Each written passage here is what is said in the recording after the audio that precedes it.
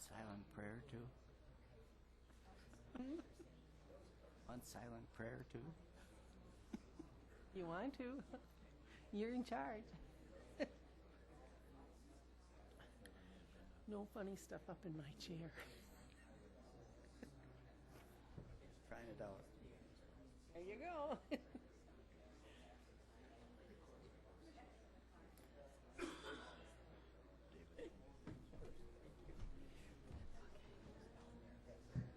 I'm glad he retired. Okay. All right. You should get like, oh, All right, we're ready.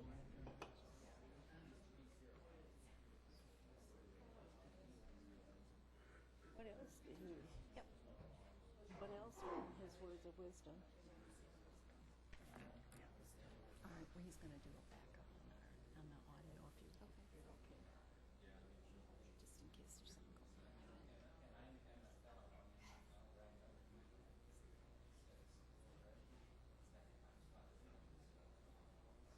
Looks like it's going. All right. Oh, yeah.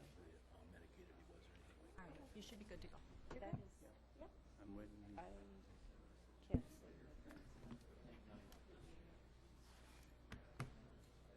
So I think that's a legitimate that. concern. I do too, especially for something that's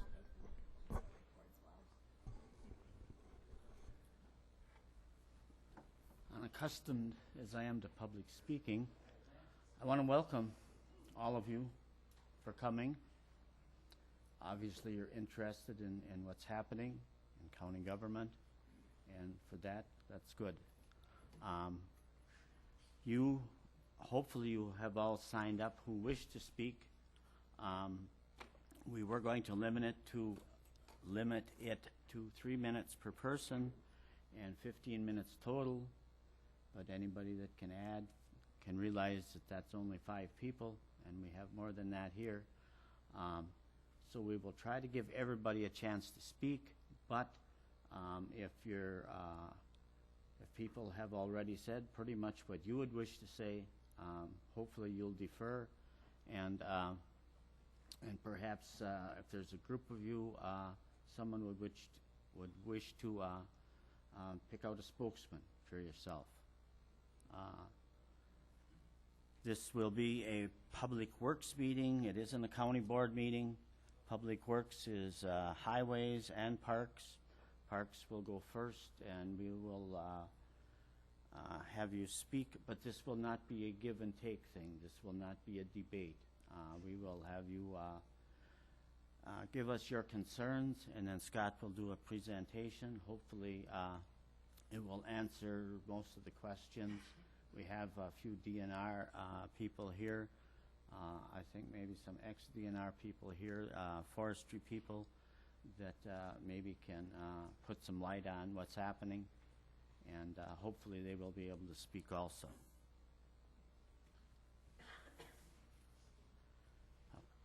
I'll call the meeting to order. Roll call shows we're here. Approval of agenda. Mr. Chairman, I move to approve the agenda as presented. Second. Motion made in second. All in favor signify by saying aye. Aye. Opposed, same sign. Approval of minutes of prior meeting. Motion to approve. Motion made in second. All in favor signify by saying aye. Aye. Aye. Public comments. First is Jeff Williams. Would you like to come to the speaker?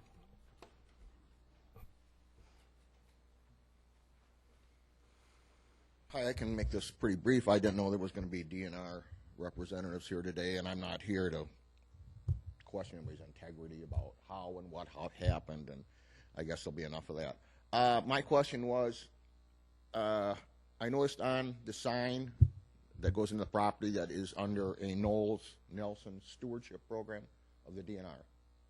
So I called the DNR yesterday. They were fantastically helpful, and I wanted to know exactly what that meant. I talked to a John Schwantes. He is the county and public forest specialist. Talked to him for a long time from the DNR, and I also got a call back from a lady who is the specialist in the Knowles Nelson stewardship program. And I guess this is what bothered me all along, that, should the DNR been involved with this program? And they explained it to me that there's only a certain zone, certain counties in Wisconsin that have to have DNR oversight on something like this. And Washoe County is not in that, so the county did have every right to do what they did. But before I keep going, the website, the DNR Forestry website's fantastic for finding out how things should be done. The two questions they told me to pose, number one, is there a restoration and reforestation plan in effect? And the other one is two parts, whether the income from this has been put into a separate account and put back into that park directly. And that's what they're saying has to be done. So, that's all I had to say, and I'll be glad to listen to everybody else. Thank you. Next is Patricia Wade.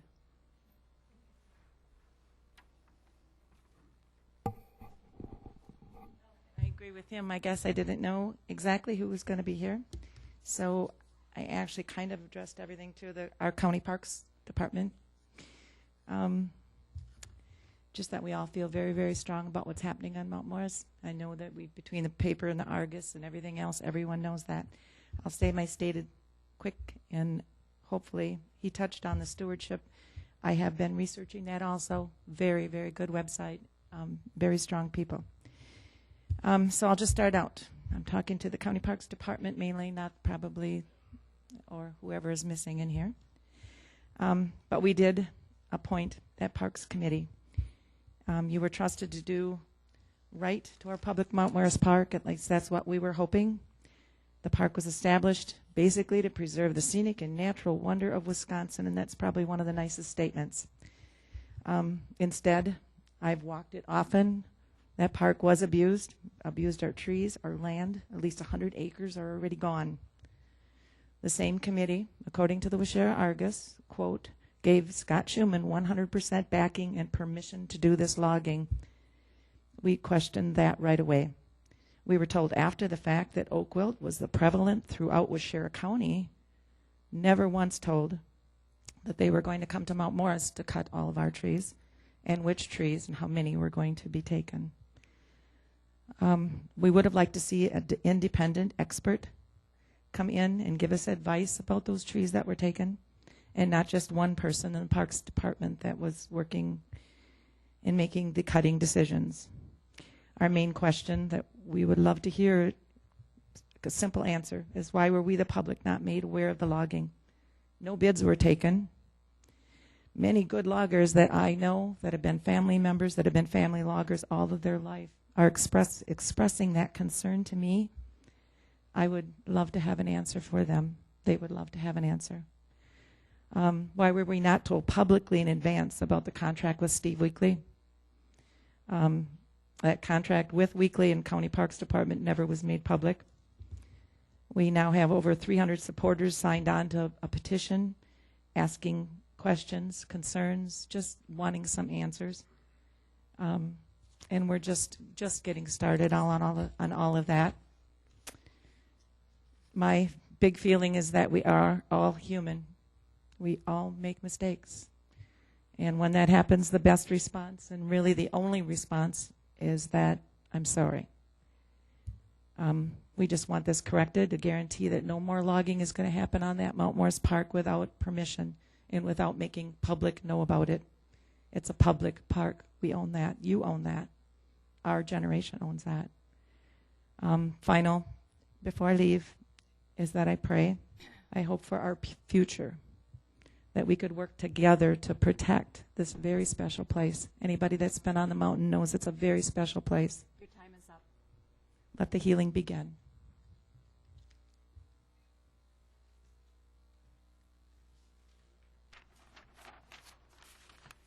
Okay, next is Donna Rui. Sorry if I'm messing up that name. Can you come up to the microphone, No, please? she's. Oh. Go ahead. She's passing her. Oh, she's passing, okay, but I need it on the recorder. Okay. I'm sorry, otherwise it doesn't pick up on the recording, so I just need you to, that's okay.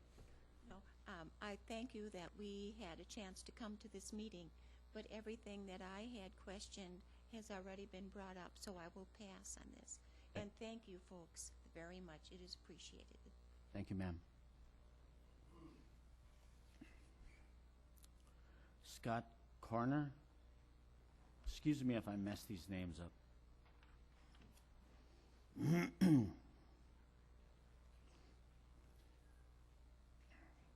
My only comment would be that just education on what proper forestry is something that we can, that the public needs to know what proper forestry is. So that's my only question. Thank you, Scott.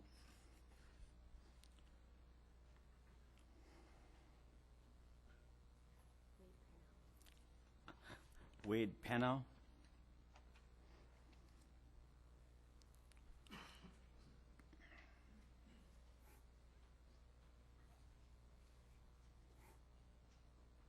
Good morning.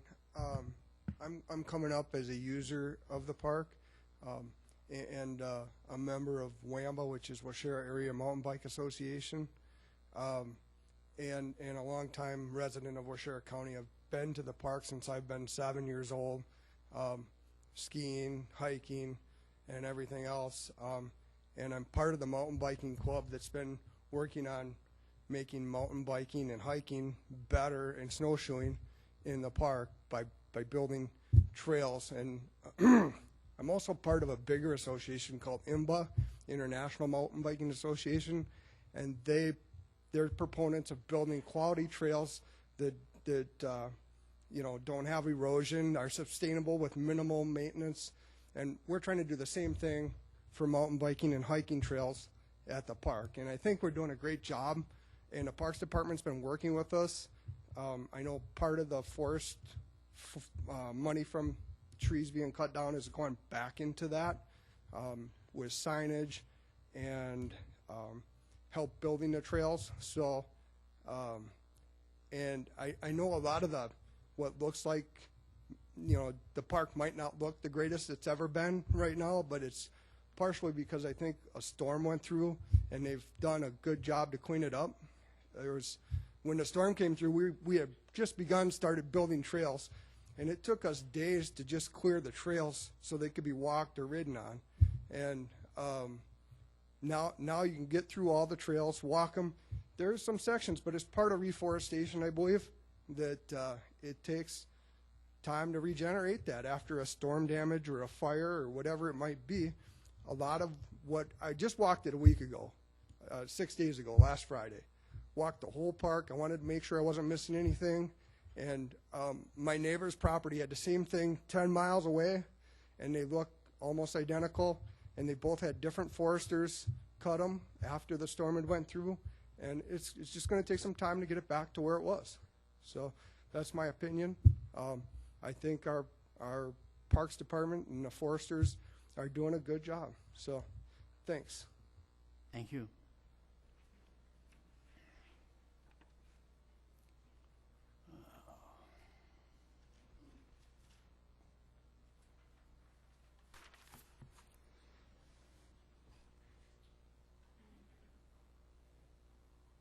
I'm sorry, I mess up this first name. Willis? What is the first name? Deborah. I'm sorry, Deborah. I'm here today, I guess, because I have a feeling that when this is all said and done, it's going to be he said, she said. I have had an opportunity to speak with the Parks Department to try to hear both sides of things. And if that is the case, where at the end of the day, everyone's going to pull people up here and say this and say that, it's really so much about where we go from here so that this doesn't happen again. And I was pretty shocked to find out that there aren't procedures in place that would protect the trees, the people, and quite frankly, you people and the departments that you represent. It was made aware to me that at the time that this was passed, that we knew that there was going to, but that there was going to be some issues that people on the board were aware of, that this was not going to happen quietly. And I guess that was very disturbing to me, that knowing that this day would maybe come, that there was nothing else done to help communicate with the public. And so I'm hoping that that procedure can change. That's really all I have to say. Thank you.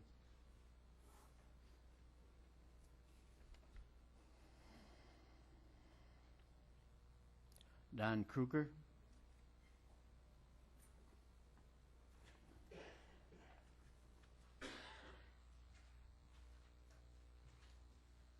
Good morning. I guess all I have is, I don't know if there was a management plan that was wrote up for this parks property. And if there was, it probably should be presented to everybody that's concerned in the township. And there must have been a contract wrote up. If people in the township would probably be interested in that, how it's wrote out, how it's planned for erosion control, and who's responsible for that. So, and education for the public on forestry and what we're doing and how we're doing it, and reforestation and stuff would probably be good for the general public too. So that's all I got. Thank you.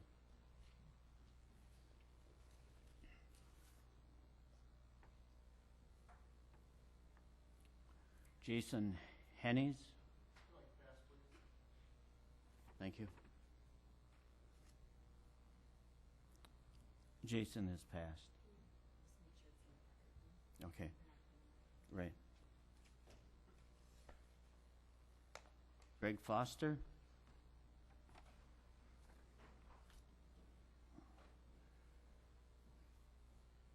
Just a few words, as both a resident of the town of Mount Morris, as a member of the board, the Mount Morris Lakes Management Board, the town board as a supervisor. I've been up here for about 25 years now, and I have seen what oak wilt does to a property. It's devastated my property on the lake. I have very few oaks left on my property, which was one of the key points that made our decision to buy the property that we did, and it is now pretty bare of trees. I've watched the properties across the lake, cottages and buildings that you couldn't even see before because of oak wilt are completely visible now, and there's very few trees. So I'm very I feel strongly that we need to be doing things to look at the oak wilt situation, to try to curtail it as much as possible. And I also think, as being a member of the town board, we're in a process right now of going through and doing a community wildfire protection plan and an assessment in the town of Mount Morris. The town of Mount Morris has been identified as a high-risk area for brush fires, and the town board is working with the DNR and county people as well as residents to identify the risk areas and make people aware of what's going on. And part of that is unmanaged lands that have a lot of deadfall on them and other type of brush. So as we go through and we look at these things, we have to take into consideration the risk that is there for not managing land properly. So I guess, not liking to see trees cut down myself, I think there is a need to manage the forest lands and take care of the properties that we have and have the proper stewardship for those areas. And I've watched. I think what we're doing is being done in a responsible manner. We're not clear-cutting the area. And again, lastly, as much as I love to see trees, I know we've got a major problem here, and it has to be dealt with in the county. So, thank you. Thank you, Greg.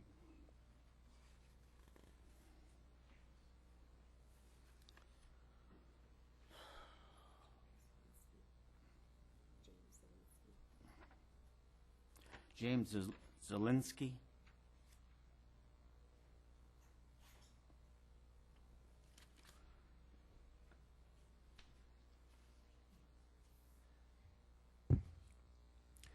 I've been a resident of the county for over 50 years, and as a property landowner, I've had quite a few timber parcels cut, or had friends had parcels cut. And my couple concerns, questions are, first of all, I'm not going to speak to the process of how it was cut, or that I know any time you have a tree cutting timber harvest, it looks like hell, and I have not been up there. But I do have questions on what does the contract say, where the trees, how much trees, where the board square feet were marked, what was the expected cutting, who made up the contract.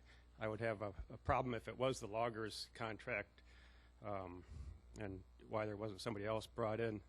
That's one of the probably the first things you want to do is protect yourself if you do have your own logging cut on your land.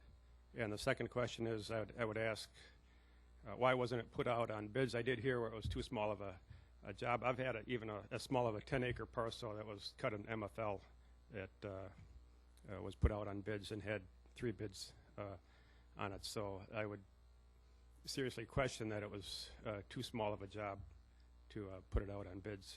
Thank you. Thank you.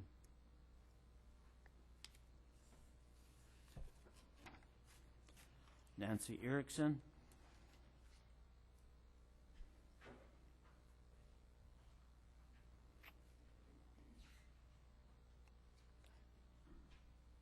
Morning.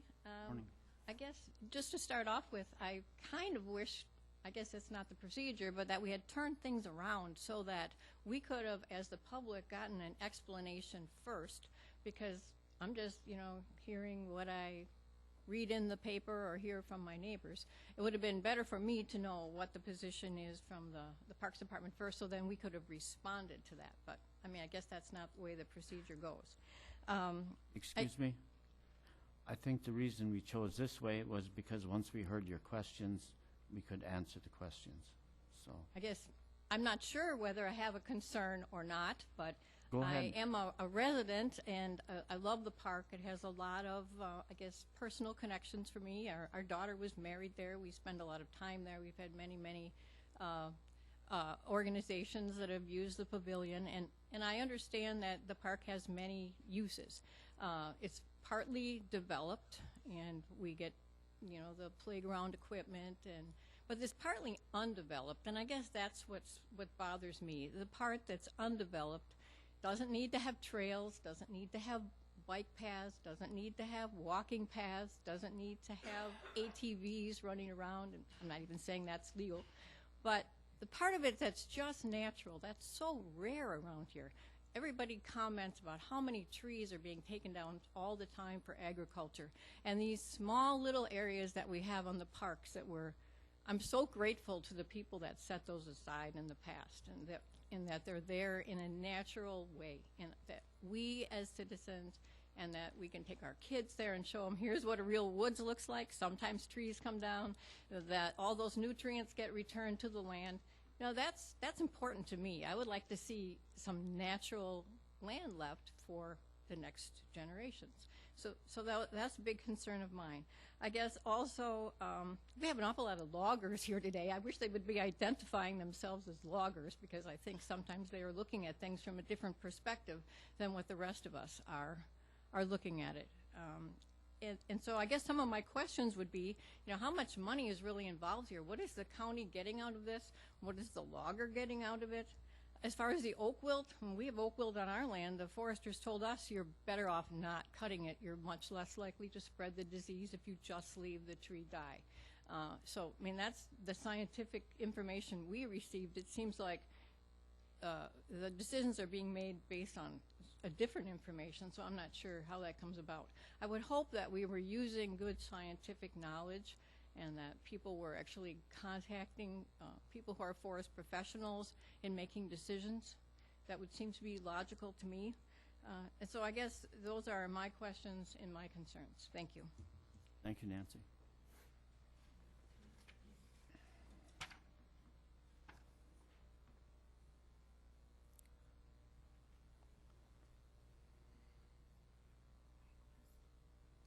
Jeff Nyquist? Jeff wishes to pass. Thank you. Buzz Varadian?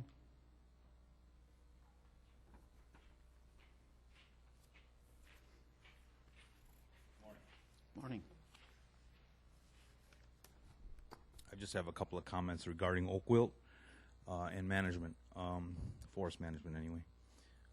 Prior to doing any harvest on any property, a forest management plan that was brought up earlier must be written up and agreed to, and then communicated to all involved so that the objective of the cut would be following a management plan. There are a number of resources for that to get a management plan if there isn't one. So I encourage you to consider getting a management plan prior to doing any cutting if one wasn't done.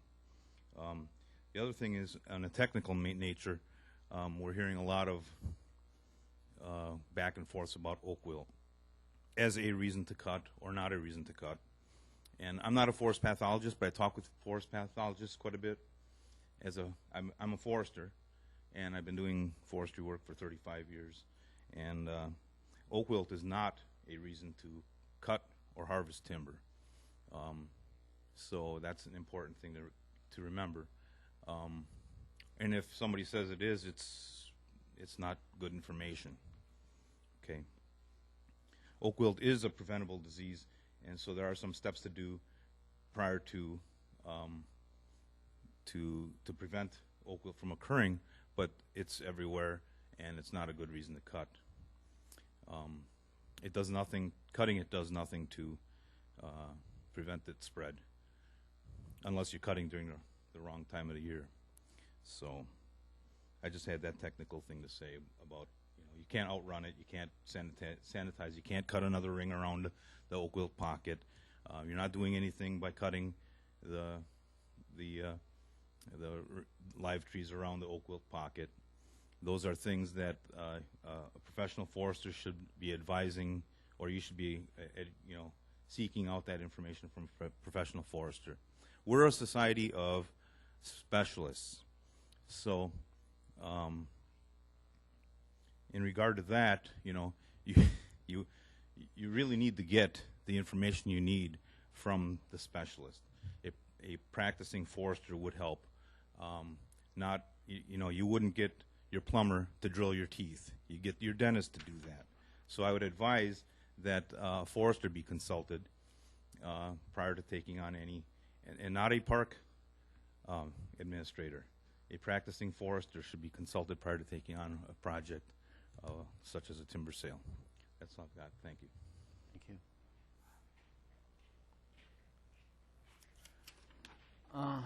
Marcia, did you have anything to add? No, I'm going to pass. That's Marcia Frost Varadian, and she passes.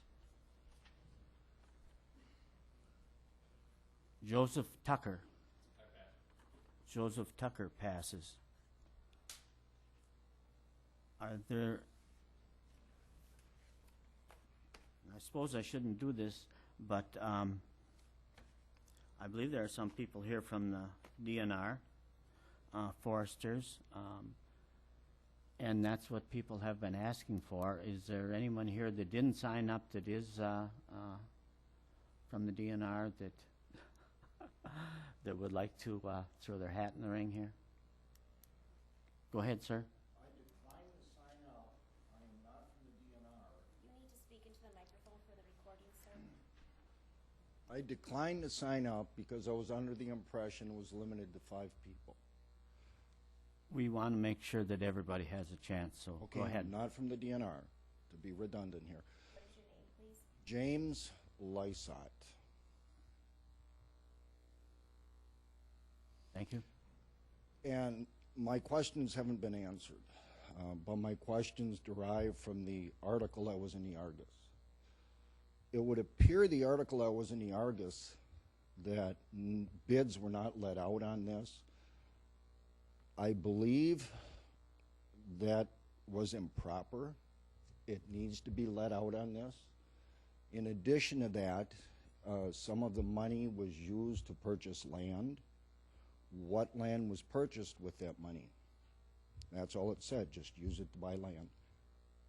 Okay, we need to establish that fact. Where was it purchased? By whom was it recommended to purchase, and who was it purchased from? In addition to that, it's never covered the board footage on the entire cutting. Now there's some foresters here.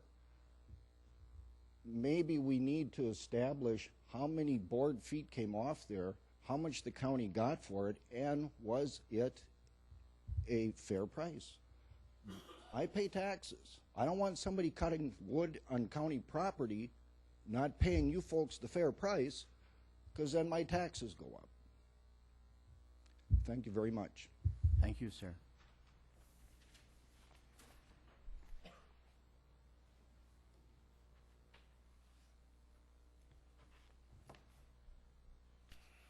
Okay. Scott, do you want to do your presentation?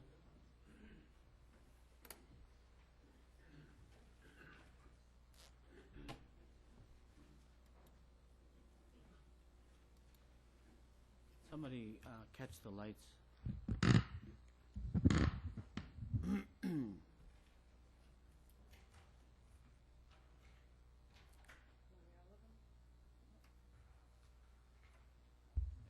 Thank you.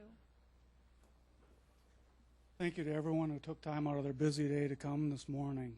Thank you for your interest also in Waushara County Parks. Thanks also for your support. I want to start by establishing the objectives of forest management that Waushara County Parks Department and Public Works Committee uses to base forestry decisions on. Number one, always in the parks, is public safety. This speaks for itself. If our roads, trails, shelters, and picnic areas are not safe, the county has a huge liability. We can't invite people to an unsafe environment. 2, forest health. For many park users, the forest is the attraction. If we allow an insect or disease problem to negatively affect the park, it will be counterproductive. 3, aesthetics. We try to balance pure science with what people enjoy. I know that a lot of people enjoy large trees. I also like big oak trees. However, one of the prettiest forest stands for me is a pole-sized aspen stand in the early spring. The point I'm trying to make is that we all have a different, perfect forest. 4, multi-use recreation. We have people come to our park for a variety of reasons, from picnicking, hiking, mountain biking, tennis, downhill skiing, cross-country skiing, snowmobiling, snowshoeing, or even just nature study. We do our best to provide outdoor recreation to as many user groups as possible while not negatively affecting a resource. And finally, wildlife. While the county doesn't allow hunting on park property, wildlife issues do enter into forestry decisions. Users enjoy seeing wildlife, and parks can provide a refuge during open seasons. Want to go ahead? This slide shows park boundaries at the Mount Morris Hills County Park, the park in question. Park is 383 acres and is the largest county park by far. It's important to note that about 100 acres right up in this area are leased to Nordic Hills for downhill skiing. The entrance to the park on the west is very narrow. The road goes up that narrow stretch. This past year, the county purchased some additional property along the entrance to create more buffer. This triangle here and then a stretch there to create more buffer with neighboring properties. And that was part of the revenue that was obtained from timber harvest. When I started with the county in 1989, one of the first things I came across was a forest management plan for Mount Morris Hills written by DNR forester Kurt Wilson. After discussing the plan with Kurt, the Parks Committee asked him to set up a timber harvest. He marked what's called a leave tree cut on the north 40 of the park, up in this area. The trees to be left were marked, and all others were cut down to a diameter about the size of your thumb. The Parks Committee had Kurt set up the cut for bids, and the bid was awarded to Weekly Timber and Pulp. Steve Weekly addressed the committee at that time. We talked about oak wilt issues in the area and the importance of keeping up with it. The committee asked if Weekly Timber would help the county with oak wilt cleanup when he was working on his adjacent property, and he owns this property up in this area. The county asked Weekly Timber to re-enter this stand several times over the following years after the leaf tree cut to clean up dead remaining trees. Next came a salvage cut in 2009 on the south-facing slope just south of the original leaf tree, which is right in here, and you can see a pocket that's been developed. That, along with a few dead trees in the original cut area up here. We also began to address pockets of oak wilt showing up on the south slope of the hill, like in here and in down in these areas. Next slide. Then the windstorm came in 2011. The county was faced with an impossible task of making the park safe following the windstorm in September. Our parks crews cut their way up to the top of the road into the picnic area. Go ahead. It was apparent at that time that our staff couldn't handle the size and scope of this destruction. We're facing issues with ski and snowmobile trails opening on December 1st, so time constraints were an issue. Weekly Timber was approached for help. Because the damage was widespread across all of the park, it was decided to do patch cutting of major blowdown and broken off mature aspen at the same time. The goal was root suckering reproduction of aspen within these patch cuts. Go ahead. Because this cutting was unanticipated, the Public Works Committee at that time asked the county board's permission to designate a fund with proceeds to use within this park only. The money from subsequent cuts have also gone into this designated fund.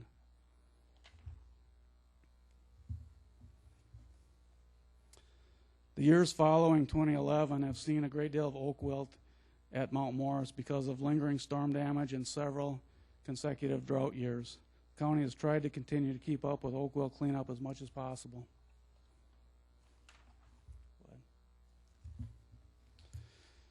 This slide shows a timeline of the latest oak wilt cleanup cut. Late summer 2014, I personally identified and marked about 100 dead and closely related trees to those dead trees. On October 22nd, the Public Works Committee discussed this cut and decided to go ahead. December 1st through 4th, the first week in December, the cut was completed with hand cutters on the park. The second week of December, the wood from this cut was forwarded to 3 different landings. In the last 2 weeks of the month, the harvested wood was hauled to market. I'm going to take a second to dispel a couple of misconceptions about this year's cut. This slide shows a tree that was scheduled to be cut, a dead tree that was missed. If we go to the next slide and zoom in, shows that the cut was actually marked. I marked it personally with pink paint. Next slide.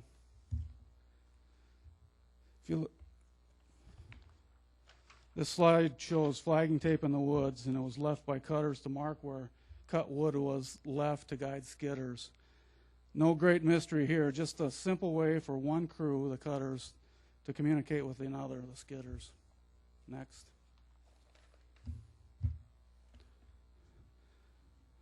This slide shows a typical stump of a tree marked and cut this December. It shows secondary fungus in this area.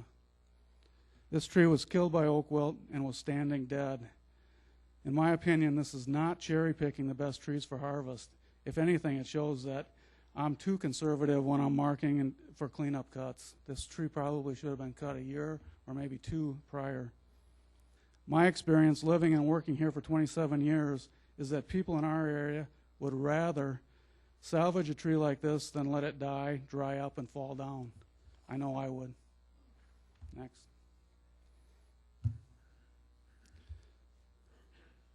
This photo shows an oak wilt pocket that was cut and expanded several times. Note the white oak surviving at the edge of the cut. White oak is more resistant to oak wilt than red oak, but it still can be affected and killed. It normally takes several more years. White oak, by the way, is generally valued at a lower rate than red oak at market. This photo also shows healthy reproduction of oak and aspen within this cut. Part of the reason for this good reproductive success is that treetops, the slash from trees, was actually left in the early cuts in these areas. Contract called for 36 inches or less for slash, and a situation like this where we have high deer population, it actually protects the reproduction from deer browse. Go ahead. This slide shows a timber cut just west and north of the main gate of the park. However, it's not part of the park. Notice the sign. This is owned by neighbors Steve and Cheryl Weekly. Next. Same cut. This parcel, this hillside, is located just to the left of the gate as you go in the park at the main gate. You'll notice that this tree is marked. It was a leaf tree, just like I was talking about the 93 cut on the north 40 of the park. It's important to note that it was cut the same way as that 93 cut. And this the 93 cut, by the way, has held up excellent as far as oak wilt in the last few years. In this last salvage cut, only 3 trees were taken off of that parcel. Next. The landings, like for this cut, like many other times, were shared with park wood and private weekly wood. This is a breakdown of the ownership at the landings. The top is the park wood at the landings, 51.42 cords. The bottom is the private wood that was also at that landing. So this is a misprint here. That should be private. 84 cords. So there's approximately 4.5 truckloads of material that was attributed to the park, and somewhere around 7 of private wood. Next. This is a breakdown of the revenues received for this cut of roughly 100 trees. We had a little over 20 cords of oak and mixed hardwood pulp at $10 a cord. A little over 14 cords of oak bolts, 8 to 12 inch diameter at 22, and 7.67 thousand board feet of oak saw logs at 140, total of 1584.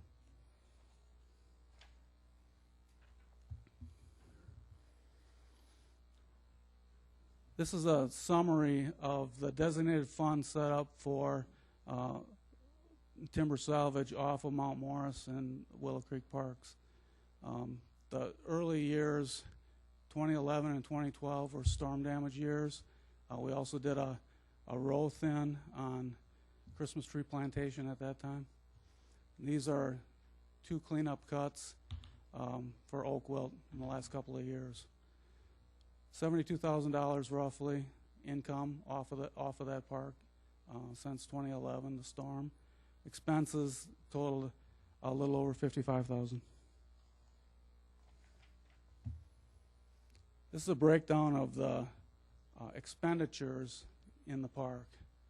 The $18,000 was parkland purchase, $500 for bike trail work, building repairs on the park, tennis court resurface, ski and hiking trail work, blacktop work at Willow Creek, and miscellaneous repairs and cleanup. So the good, we found out there's a lot of park supporters. I've gotten a lot of very positive feedback from many county residents. I've also done some self-evaluation to identify areas where I need to improve, especially in this venue. The bad, I found out that some people, some that I know personally, are willing to sign online or speak on the radio about something they know very little about. Also, I found out that social media can be a very destructive thing. One more. If any committee members have any questions at this time, I'll try to address them. And I if- don't have any. You say committee members, I don't have. Yes, no, I'm waiting for them.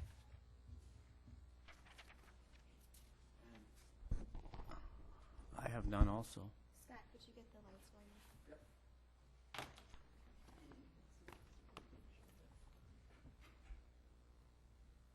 Well, hopefully, this answers some of your questions. Have no reports, old business, no new business. Discussion on Oakville management.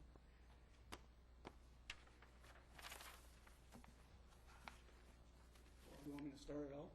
Yeah, yes. I think that the time has come for this committee to look at either hiring a private forester to... Excuse me, Scott, would you turn the mic so that...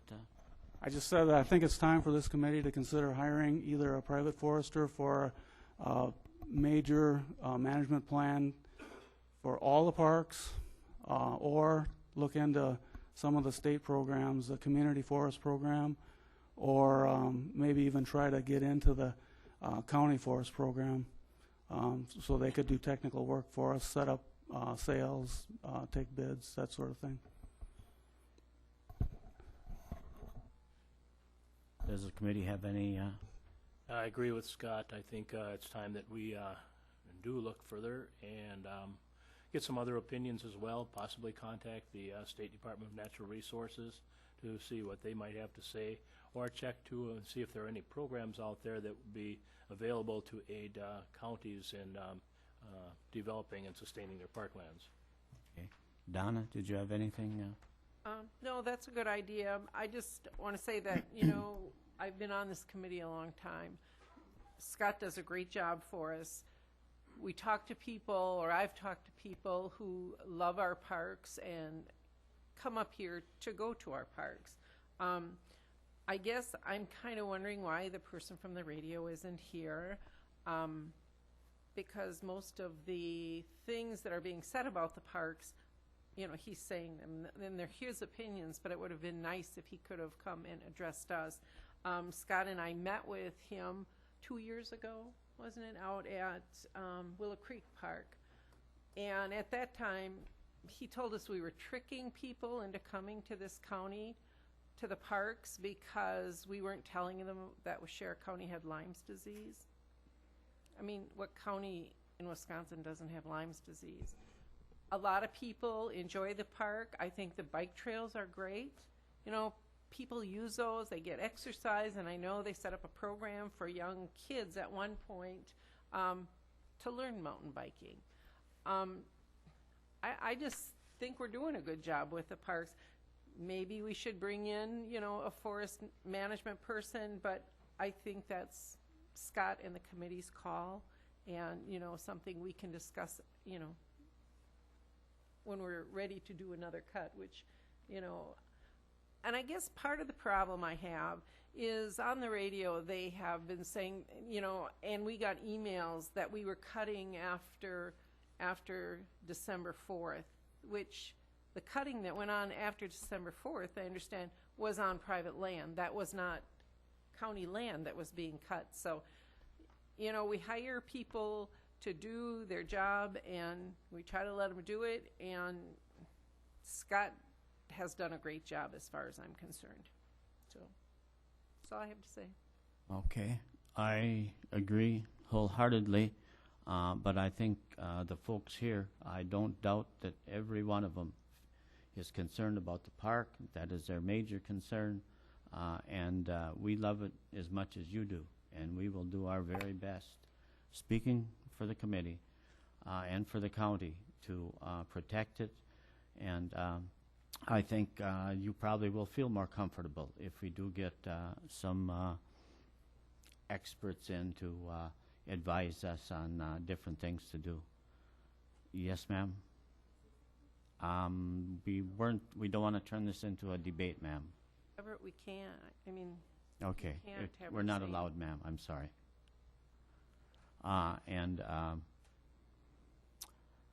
You folks are welcome to stay. We'll be going into highway now, but that's one of the reasons we're having it here, so that we could accommodate everybody, and so there would be two doors. If you're welcome to stay and listen, but you're also welcome to leave. So I don't want to suggest either one. So whatever you want to do. And thank you for coming. We really appreciate your questions and concern. Thank you.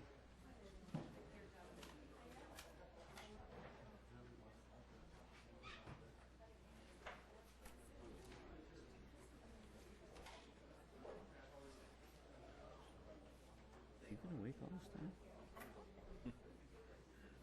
You should see the project. I have no idea how much I appreciate it.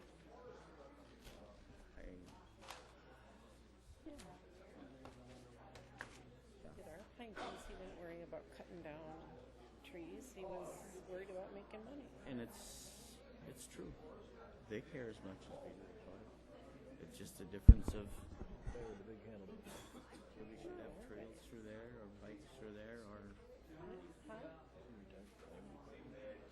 I don't know, but you know, Everett's a Really thought that forester would be more backing of what we've been doing. Quilt out.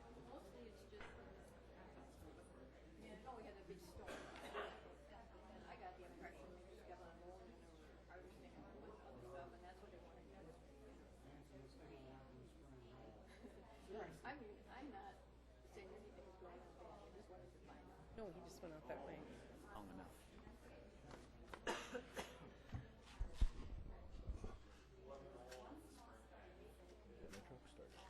Oh geez, that's a bummer.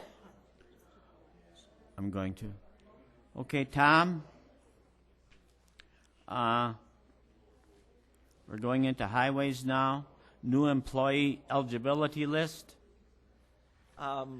We did interviews for the eligibility list, and we ended up with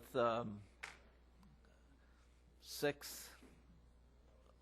We did 10 interviews, and we ended up with 6 on our list, 2 of which we've already made job offers to for retirements, and they'll be starting within the next week to 2 weeks. We hope. We have to go through the CDL drug and alcohol testing and the physical CDL physicals and meet all the requirements that the county has for new employees. So hopefully in the next couple of weeks we'll be seeing 1 or 2 new guys, and that'll leave us with 4 on the list, and we do have retirements coming up that we know about. So hopefully we'll have a list for a little while, but an ongoing process. Okay. Equipment purchases. As we talked at previous meetings, before I retire, I'm going to get the 2015 Jeff equipment specs out. Catch this last light, so they're not sitting in the dark. No. Thank you.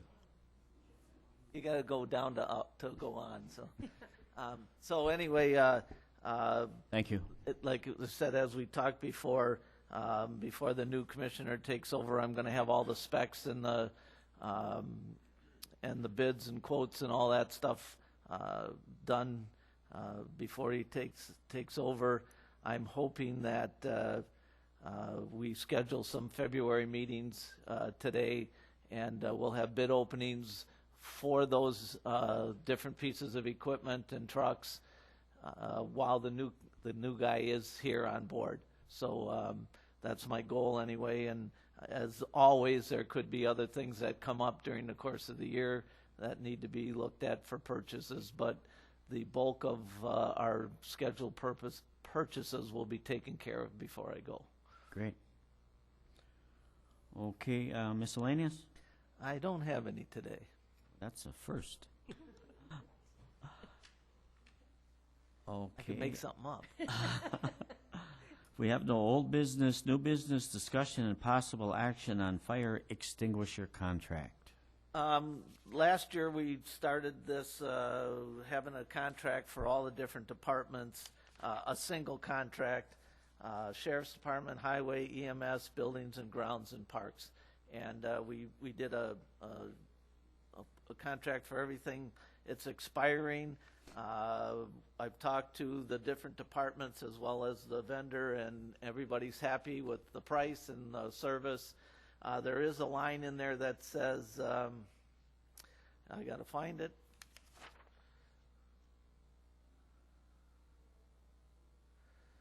That says we can just, I read it this morning. This agreement may be extended on a year-to-year basis by mutual agreement of the parties. So I have the mutual agreement of the parties. I don't know what action you want to take, or maybe Ruth could help us with. What do we need to do to be proper? But I'd like to get this extended for 2015, and everybody's on board. The different departments are all on board with that. This was a new company we started working with last year, right? Actually, yes and no. We actually used two different companies. Each department would use whoever they wanted, and so we just did a master contract. So some of the departments had a history with this guy. Highway did not, but Buildings and Grounds did, and so forth. So it's first choice fire protection. They're in Waushara County here. And their prices were good and the service was good. So Ruth, with that statement in the contract, can we just automatically renew? Should we draw up something? You could automatically renew, that'd be fine. Okay. So if Do you need a motion? I think that would be proper. All right, I'll make a motion, we renew the contract. I'll second the motion. Motion made and second, we renew the fire extinguisher contract. All in favor signify by saying aye. Aye. Aye. Opposed, same sign. Okay, something that I should have done earlier and I didn't, and I apologize to Debbie and Ruth, and Mike is gone, but for helping us today and setting all this up. And I should have done it when all the people were here so they could have heard it, but I do thank you for being here. Okay, discussion and possible action on program manager for bridge inspections. First one, Everett. Well, he skipped that one because... I'm sorry, I skipped A the because... gentleman- we have to table that one. The gentleman who was supposed to show up called Ruth and said he can't make it today. So we'll need to table that and bring it back to the next meeting. Okay, if I'll he's entertain a available on motion that day. to table it. I'll make a motion, we table it till next I'll second the meeting. motion. Motion made and second to table the, on County A action. And now we'll go into discussion and possible action on program manager. Well, we've talked about this a dozen times too, with me leaving, and I'm the program manager for the county. We were looking at our options. We have to have one. The highway commissioner, by statute, is responsible for the bridge program in the county. So even with a new commissioner, he's still got that statutory requirement that he's responsible for the bridge inspections. But through DOT rules, there needs to be a program manager, and the program manager has to be a certified bridge inspector and have 10 years of inspection experience, and you have to be registered with the DOT and all that. It's actually a federal registration. I could go inspect the Golden Gate Bridge if anybody would be dumb enough to pay me to do that. But I am, on paper, able to do that, but not in reality, of course. So we've been talking with Waupaca County. Ruth did some work for us to look at the liability. They were concerned about the liability of the program manager, and it's really low because the highway commissioner still is responsible for the program, and still needs to be looking at it. The program manager is supposed to make sure that all of the inspections are done properly, the paperwork's done properly, and everything's sent off to DOT, and make sure that if there's any repairs or maintenance, that stuff is followed through on. It's not a huge commitment, and WPACA would like to come down and talk to us, the commissioner, at some point. I guess I'll say this out loud. I'm currently in negotiation with an engineering firm to do bridge inspections after I retire.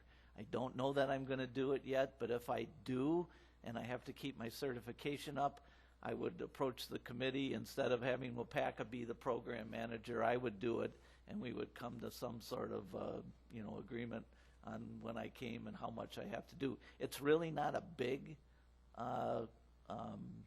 commitment that you'll need. WPACA will have to be paid something to do that, and if I come back, obviously I would probably also have to have some sort of reimbursement. But we have those two options out there. At a future meeting, we don't need anything right now for a couple months, so maybe I'll know something better by then, and we can get this back on the agenda, invite WPACA down if we need to. We're still going to use, if I'm the program manager, we probably should, as the county, still use WPACA's bridge inspector to go along with ours like we did this past cycle of inspections. It'll take about 4 years for our guy to become certified, and then he'll have the experience and the certification to be the program manager. So this could just morph into our own guy again being the program manager. So we have some talking to do and some decisions, but right now, this is more informational. At one point, we thought we were going to bring WPACA here today, but he couldn't really show up. So I don't expect that we need to do any action today. If you worked for this company and came in and did it, would we get a really good deal from that company? I mean, I'm probably not the one going to be giving the estimates out. Oh, okay. So. Worth a try. Yeah. We really do have, we have 30 bridges, town, county, city, villages to inspect. Only 2 are multi-span bridges. The rest are single-span. They're very easy to inspect, and we've been very fortunate. The one multi-span bridge will be replaced, or it will be deck widened. The deck will be widened over the Spores Bridge over the Fox River by Berlin there. That one will be basically brand new, so it'll be easy to inspect. The DOT has always helped us inspect that one anyway, because you need a snooper, which is that truck-mounted boom that can go right underneath the bridge because you can't see what's going on from a boat. And they've always actually really taken the lead on that inspection anyway. So we don't have a very hard program anyway. So either way we go will work. How many bridges does Marathon have? Marathon has 220 something or 240 something like that. They've got a regular inspection crew, lots of certified guys, and they just do it all the time. And they do hire out a lot of them too. I suggest we just don't even make a motion to table. We just keep cool for another month or so. Let's see, this is January, at least till next couple meetings, and maybe things will be finalized a little more. Discussion and possible action on the 2015 budget addendum. I think I gave that to Everett, and all that is when we did the budget for 2015, we get an estimation from the DOT what our general transportation aids are going to be, and that's the number Kathy sticks in the budget. When the actual number comes, sometimes it's different, and this time it was. And Kathy, I don't have the number in front of me. What was it? Do you remember? 2,251.99. Yeah, and it was actually less than what we anticipated, so we're going to have less money. So Molly there in accounting needs a budget addendum to make everything pretty again. So That's all this is. I would move to approve the addendum. I will second that. Motion made and second. All in favor signify by saying aye. Aye. Opposed, same sign. Motion is carried. Anything else? I'd just like to try to set up the next two meetings if we could. And, you know, normally we go once a month, but with the new guy coming, I'd like to split some of these bid openings up into two meetings, as well as give him 2 meetings of experience before I head out. So I'm hoping that we can look at February 12th and 26th. February, okay. 12th and 26th. Oh. Both should be Yep, that Thursdays works. if I got it right. No problem. It's just that now you're messing up my new calendar because you told me the 5th and I put that in there. White out. Pencil next time. Okay. We'll do the truck bids and the box and equipment for the trucks at the 12th meeting, so there'll be bid openings, and then the other equipment we'll do at the 26th meeting if I get everything done when I'm hoping to. If it's not, it'll be very close and it'll be easy transition. Okay. Will both of these meetings be at 8 o'clock? They will be at 8 o'clock at the highway, unless there's a change location-wise for other agenda items. I think as he was getting ready to go, he'd give a little on that 8 o'clock stuff. Like, yeah. You can talk to the next guy. Yeah. Okay, does the committee have anything else? I'll entertain a motion to adjourn. Motion to adjourn. I'll second that. Motion made and second. All in favor signify by saying aye. Aye. Aye. Aye. Opposed, same sign. Motion is carried.